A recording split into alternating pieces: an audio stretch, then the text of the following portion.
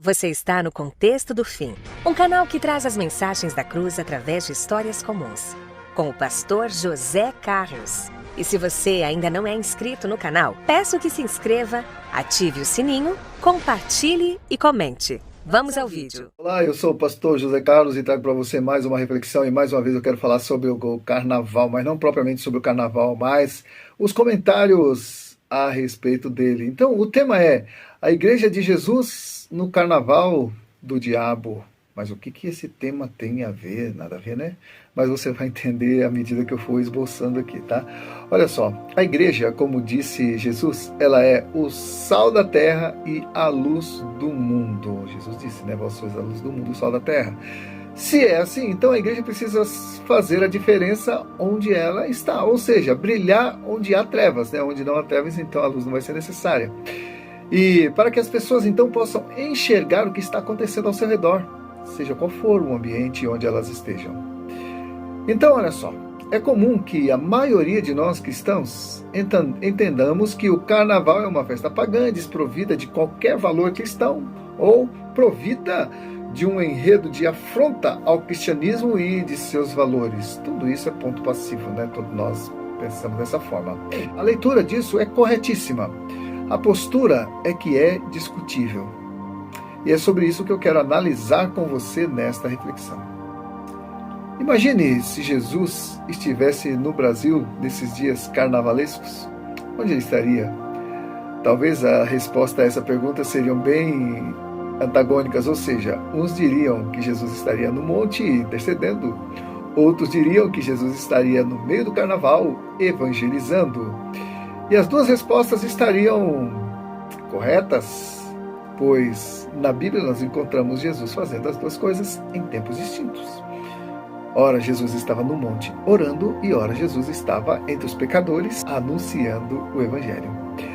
Então, olha só, as principais razões pelas quais você estaria ali no meio do carnaval é o principal objeto de análise sobre a relevância da sua presença num desfile de carnaval. Por que você estaria lá, afinal? Por diversão, por dinheiro ou por testemunho de Jesus? A motivação é que faz toda a diferença.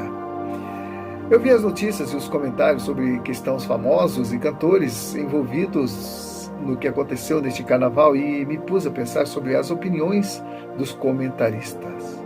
Uma questão que me chamou muito a atenção foi a visão unilateral que alguns deles tiveram.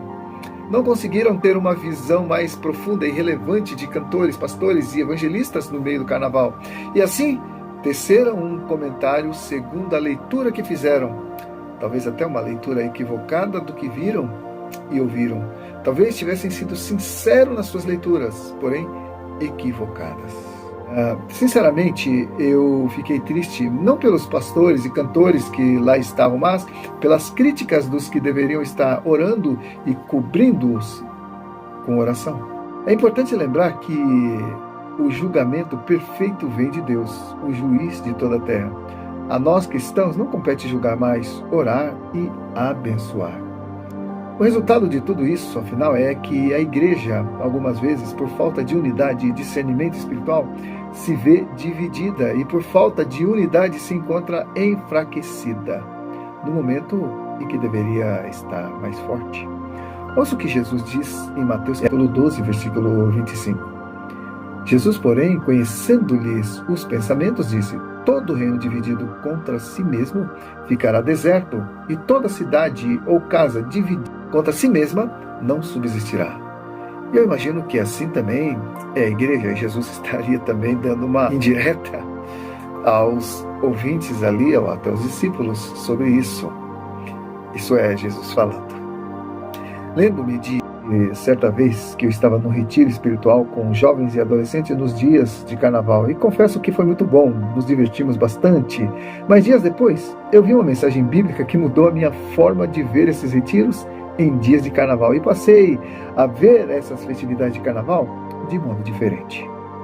Entendi que o ambiente do carnaval é um campo de batalha espiritual, onde vidas são aprisionadas no vício ou mortas por overdose ou por violência, deixando um saldo negativo no final. Muitos Muitos adolescentes perdem a virgindade, muitas pessoas se drogam, enfim, a exposição do sexo, do despudor, assim, de modo muito visível, a pornografia que arrastava os foliões na cidade, deixando um rastro de dor e frustração quando tudo se findou. Como eu falei no início, a postura da igreja e a intenção dos cantores numa festa, dos cantores gospel, numa festa como esta, é que vai produzir o fruto esperado, assim como Jesus, que no meio dos pecadores, com a sua postura santa, mudava o rumo deles, ou mudava o futuro deles, pelo que fazia e pelo que ensinava. Jesus estava no meio deles, mas não era por eles influenciado. Isso é importante a gente ressaltar. Jesus bem sabia o porquê e por quem ele estava onde estava. Ouça o que diz em Mateus capítulo 9, versículos 10 a 13. E sucedeu que, estando ele em casa, Jesus, à mesa, muitos publicanos e pecadores vieram e tomaram lugares com Jesus e seus discípulos. Ora, vendo isto, os fariseus perguntaram aos discípulos: por que come o vosso mestre com os publicanos e pecadores? Mas Jesus, ouvindo, disse: os sãos não precisam de médico, e sim os doentes. Ide, porém, e aprendei o que significa misericórdia quero, e não holocaustos. Pois não vim chamar justos, e sim pecadores ao arrependimento. Pois é, Jesus não veio pelos justos, veio pelos pecadores. Então, quando a igreja se lança no meio onde estão os pecadores para evangelizar, eu creio que ela está cumprindo o seu papel. Mas há divergência sobre isso e, bom, não quero entrar no mais profundo para não causar polêmica, mas só aquilo que veio ao meu coração de maneira leve e suave. Mas é importante notar que o lugar preferido de Jesus, amado, era entre os pecadores, pois era lá que ele precisava estar. Parece estranho entender dessa forma nos dias de hoje, não é mesmo? É nos carnavais que a gente precisa estar. De repente, se Deus quer salvar pessoas ali, você deve se preparar para ir. Agora, como eu falei anteriormente, a intenção é que define a razão, O apóstolo Paulo também ele viveu experiências parecidas com as de Jesus quando ele esteve em Atenas, no meio de tantos idólatras. Ouça o que diz em Atos capítulo 17, versículo 22. Posto que nos traz aos ouvidos coisas estranhas, queremos saber o que vem a ser isto, pois todos os de Atenas e os estrangeiros residentes de outra coisa não cuidam senão de dizer ou ouvir as últimas novidades. Então Paulo, levantando-se no meio do Areópago, ou seja, no meio de tanta idolatria, disse: senhores atenienses, em tudo vos vejo acentuadamente religiosos. Porque passando e observando os objetos de vosso culto, encontrei também um altar no qual está escrito: ao Deus desconhecido. Pois esse que adorais sem conhecer é precisamente aquele que eu vos anuncio. Olha só, o apóstolo Paulo, ele foi a Atenas pregar o evangelho, e lá ele se viu ali no Areópago muitos ídolos que os atenienses adoravam.